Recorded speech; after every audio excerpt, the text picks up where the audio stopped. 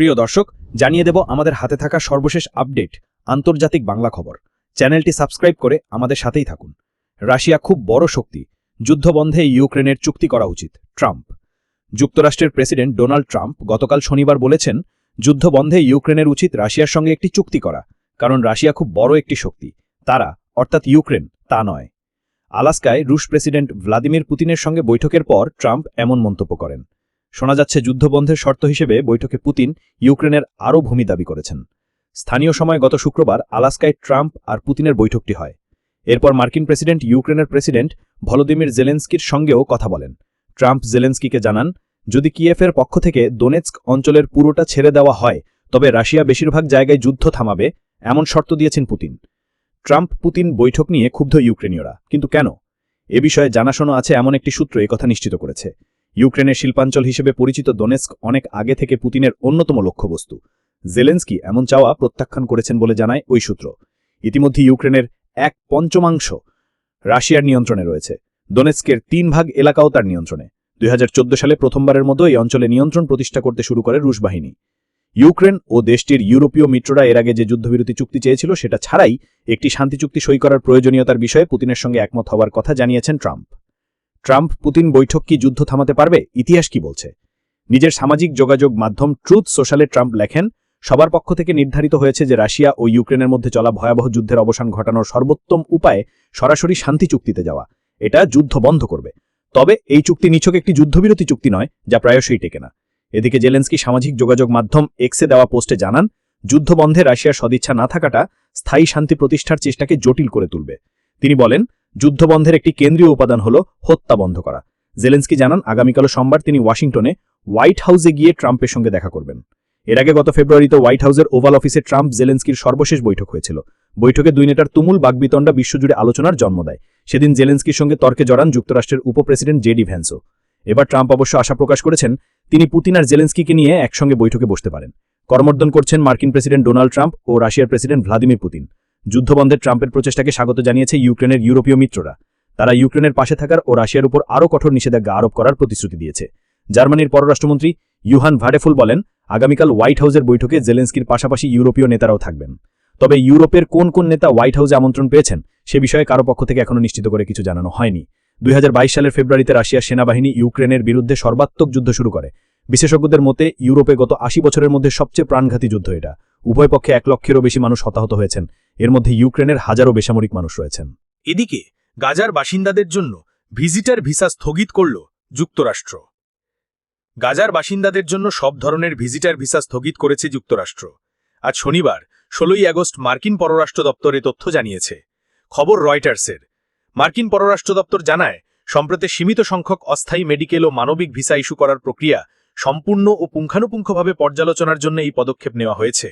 মার্কিন পররাষ্ট্র দপ্তরের পক্ষ থেকে বলা হয়, এই পর্যালোচনার সময় পর্যন্ত গাজার কোনো ব্যক্তিকে ভিজিটার ভিসা দেওয়া হবে না।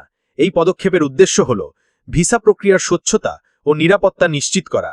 মার্কিন পররাষ্ট্র দপ্তরের ওয়েবসাইটে প্রকাশিত মাসিক পরিসংখ্যান বিশ্লেষণ করে দেখা গেছে যে ফিলিস্তিনি কর্তৃপক্ষের ভ্রমণ নথিধারীদের জন্য যুক্তরাষ্ট্র 3800টিরও বেশি B1 B2 visitor visa issue করেছে।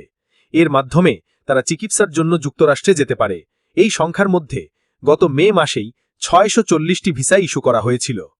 এই আকস্মিক সিদ্ধান্তের ফলে জরুরি চিকিৎসা বা মানবিক প্রয়োজনে যুক্তরাষ্ট্র যেতে ইচ্ছুক গাজার বাসিন্দারা সরাসরি প্রভাবিত হবেন বলে ধারণা করা হচ্ছে।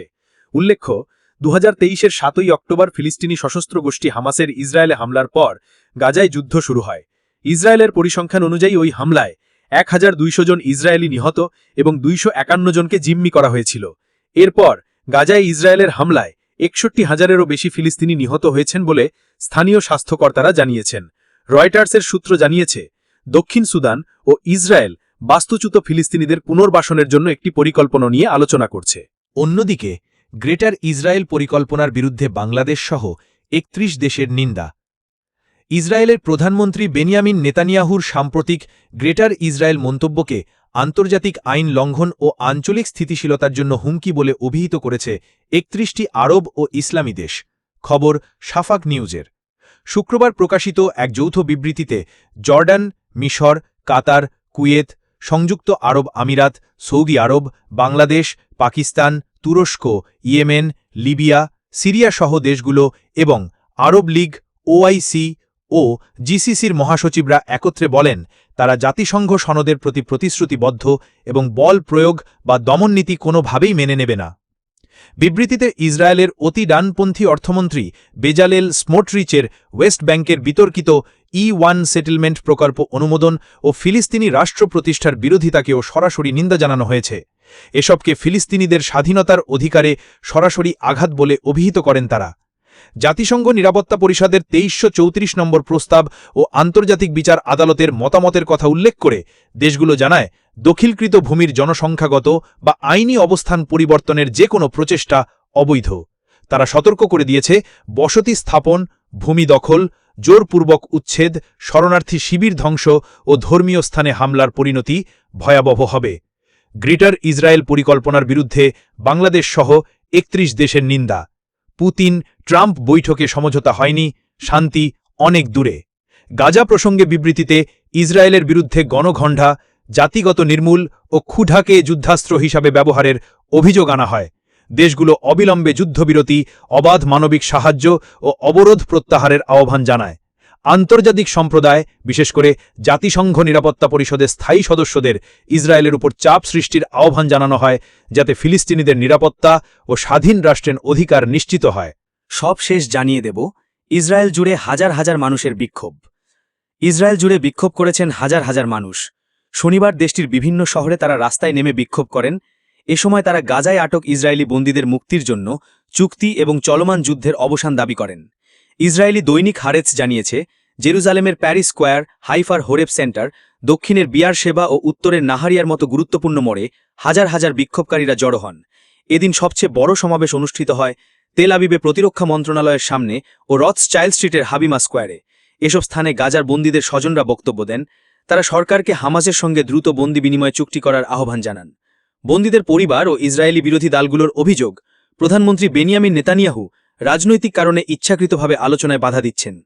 তাদের মতে তিনি বন্দী মুক্তির বদলে নিজের জোট সরকার টিকিয়ে রাখাকে অগ্রাধিকার দিচ্ছেন। সরকারি হিসেব অনুযায়ী বর্তমানে গাজায় প্রায় 50 জন ইসরায়েলি বন্দী রয়েছেন, যাদের মধ্যে 20 জন জীবিত বলে ধারণা করা হচ্ছে। অন্যদিকে ইসরায়েলি কারাগারে বন্দী আছেন 10,800-র বেশি ফিলিস্তিনি হামাসের সঙ্গে যুদ্ধের পর এই সংখ্যা আরও বেড়ে গেছে। মানবাধিকার সংগঠনগুলো বলছে এসব কারাগারে ব্যাপকভাবে নির্যাতন, খাবার সংকট ও চিকিৎসা অবহেলার কারণে অসংখ্য বন্দী মারা গেছেন। আন্তর্জাতিক সম্প্রদায়ের যুদ্ধবিরতির আহ্বান উপেক্ষা করে 2023 সালের 7 অক্টোবর থেকে গাজায় ভয়াবহ যুদ্ধ চালিয়ে আসছে ইসরায়েলি সেনাবাহিনী। সেখানে রিপোর্ট লেখা পর্যন্ত ফিলিস্তিনি নিহতের সংখ্যা বেড়ে দাঁড়িয়েছে প্রায় 61,900। এরই মধ্যে গত নভেম্বর আন্তর্জাতিক অপরাধ আদালত গাজায় যুদ্ধাপরাধ ও মানবাধিকার বিরোধী অপরাধের দায়ে নেতানিয়াহু এবং তার সাবেক প্রতিরক্ষামন্ত্রী ইয়োয়াব গালান্তের বিরুদ্ধে গ্রেপ্তারি পরোয়ানা জারি করেছে। একই সঙ্গে ইসরায়েলের বিরুদ্ধে গণহত্যার অভিযোগে আন্তর্জাতিক বিচার আদালতে মামলা চলছে।